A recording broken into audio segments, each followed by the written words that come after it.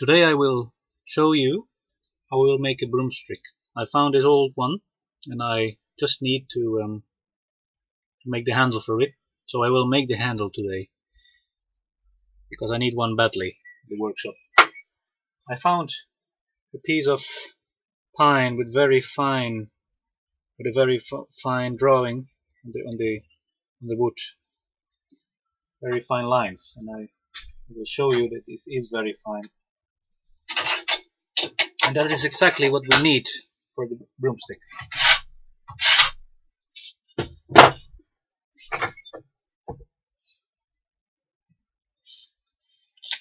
As you can see, it's very fine. But it is scrap wood. I already removed all the nails, and we can't really use it for something else.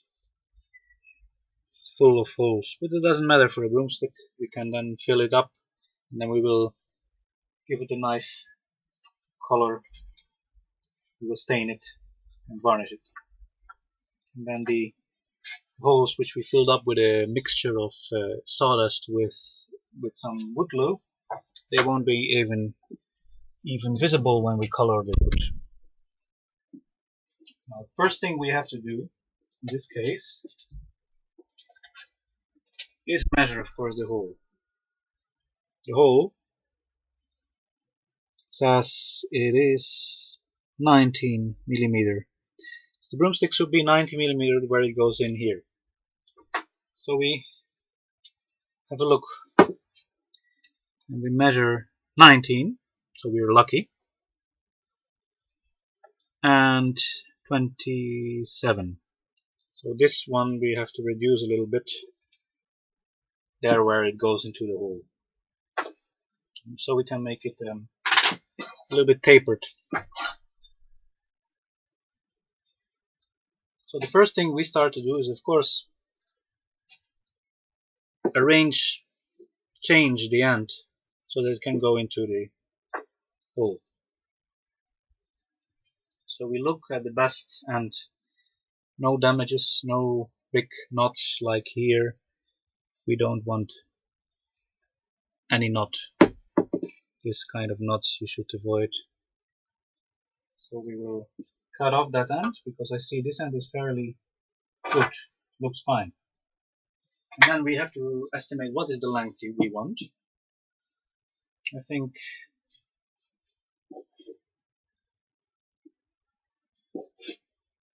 a little bit less long is okay. Okay, let's first start with reducing the size at the end. We take a square, we saw off this ugly excess.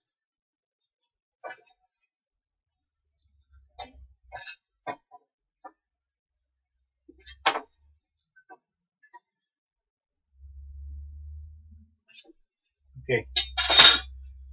Now don't take a normal handsaw, use a fine cut saw with a fine cut to saw off the excess.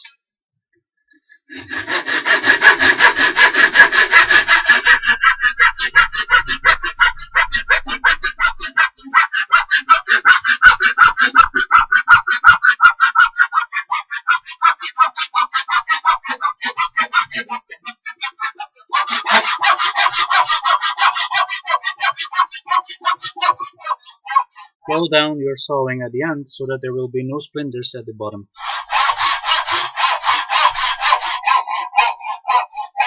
Hold your piece.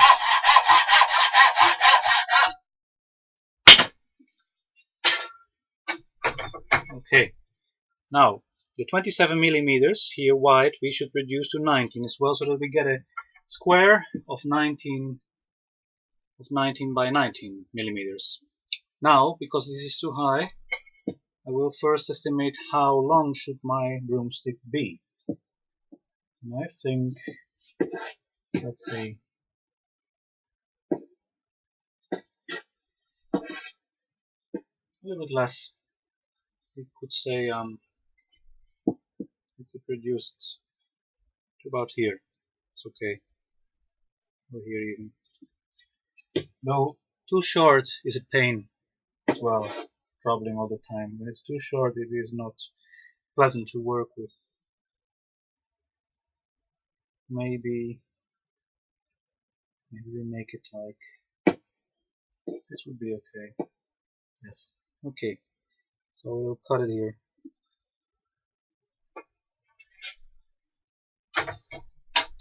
Again, use a square.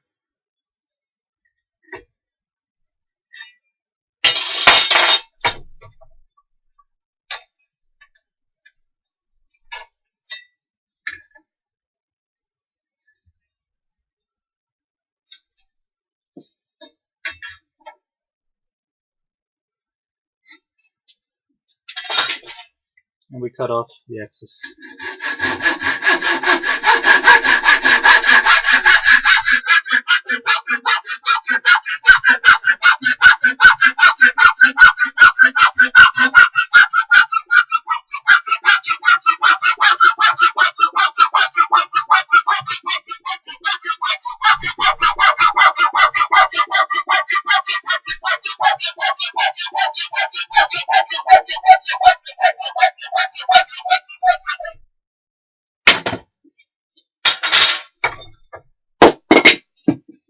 Now we have the good length. Okay, the most logical would be that we will just cut away the whole length. Over the whole length, we cut it down to so that we get a width of 19 millimeters by 19, and then we round the corners to 8, that it has 8 sides. 8 corners, the 4 corners will be 8 corners, and then to 16 corners, and then we round it with some sandpaper and scraping steel, and then it will be done. So the next step is we will remove this color which they add so that we can easily see. No, it's not necessary. We just leave it. We just leave it on, and we get our marking tool. Our marking tool, this one, and we set it to 19 millimeters. This one uses a wedge in this case. There are some with some adjusting screw, which is easier, but this works just fine as well. And then we use our measuring stick and we set the thing at 19 millimeters, just a little bit more, like half a millimeter more is okay. We will plane that away.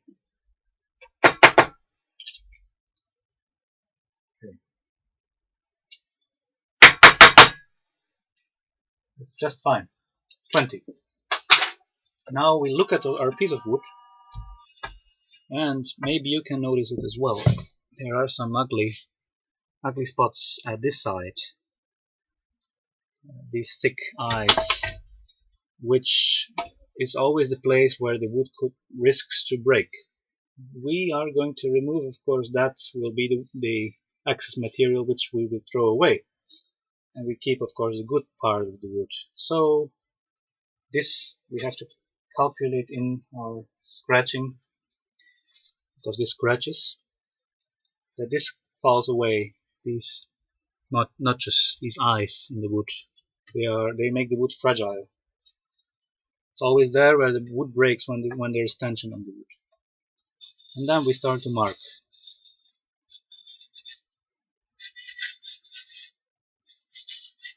As simple as that. We mark the wood. Keep the belly, this is the belly, firmly against it when sliding alongside. So now the other side, just turn it like this and do the same at the other side, so that you can see if you are sewing straight. From time to time you will look at the other side when you're sewing, because we do this by hand. I still have my 10 fingers. I don't like to use. For such a simple action, I don't want to use a table saw.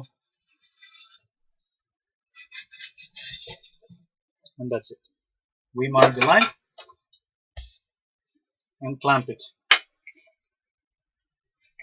into our bench vise. Put some protection wood. Then make the lines correspond.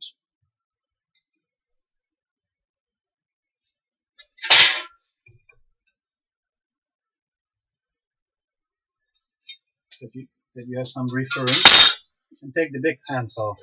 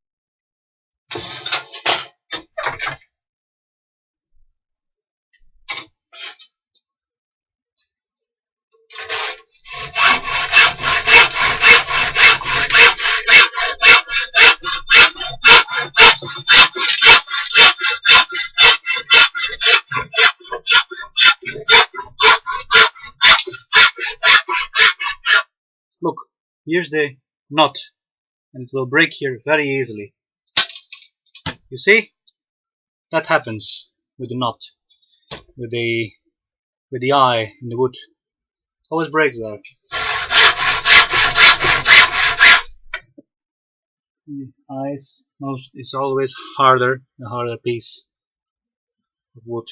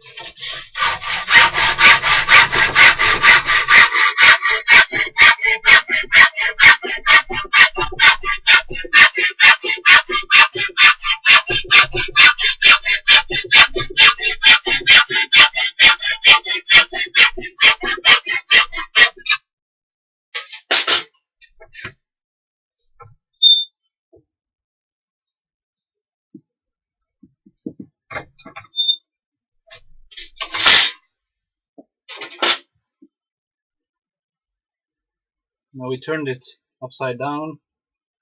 The saw from the other side because it hits the ceiling already.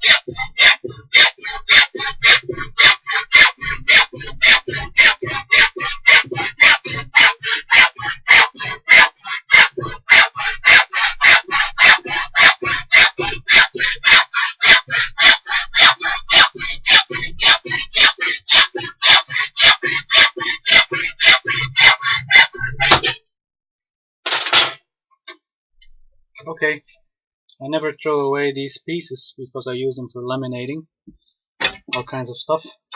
I intend to build a boat soon, and I will use many of those strips. We end up with a very flexible, thanks to this, of course, the quality of the pine, a flexible stick, very flexible, and that is exactly what we need. This broomstick. Now the saw cut, we need to plane it a little bit to remove the roughness of the cut. We look which direction the grain goes, and we have to plane that way. I see. Always plane in the direction of the grain, never against.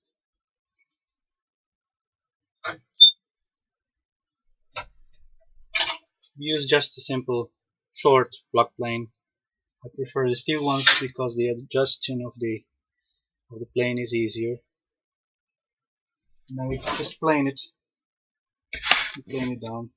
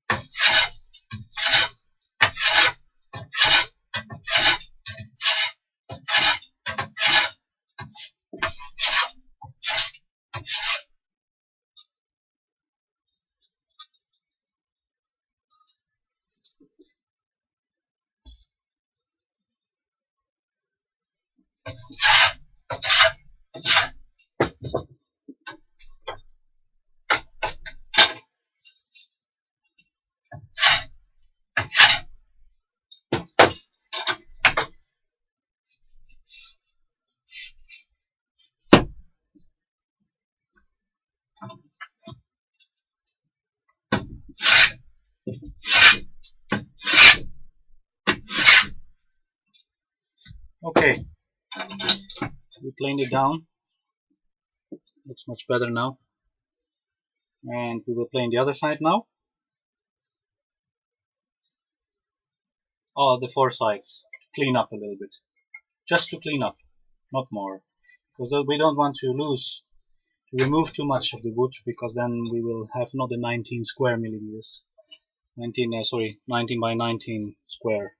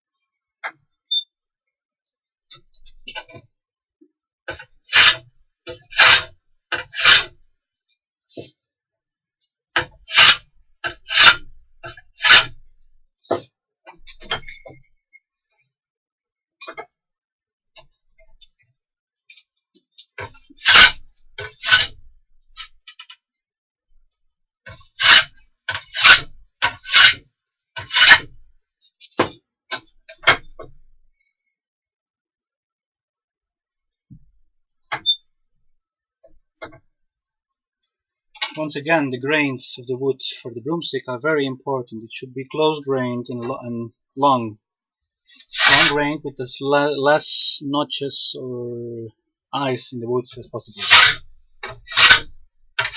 Straight grain.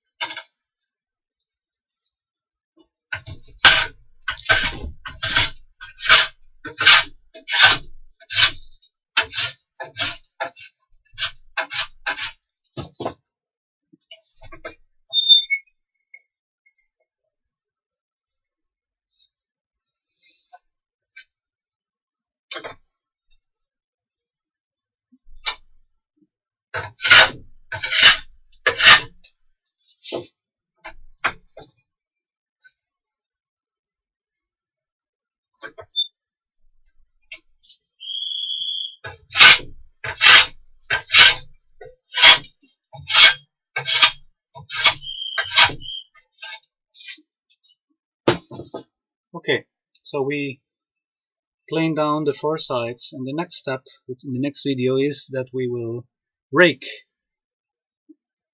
the sharp edges of the wood. The sharp edges have to be broken. So we will just break the edges.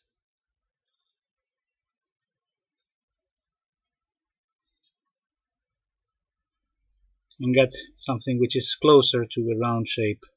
And then again we will break again those round these sharp edges, and then you get the 16 edges instead of 1, 2, 3, 4, 5, 6, 7, 8.